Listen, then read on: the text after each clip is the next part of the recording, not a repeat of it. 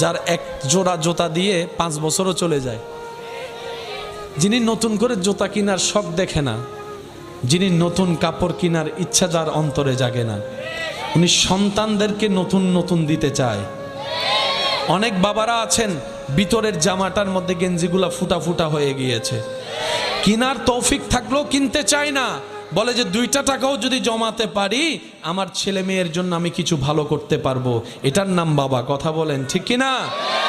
জগৎকে বুঝতে দেয় না, শরীর লোড নেওয়ার ক্ষমতা নাই, তারপরও 50 বস্তা কেজি চাউল এখানে কাঁধের উপর নিয়ে রাখে।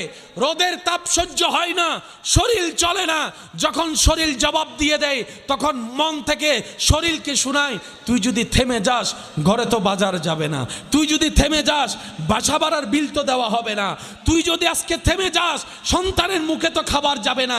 ওই চিন্তা করে করে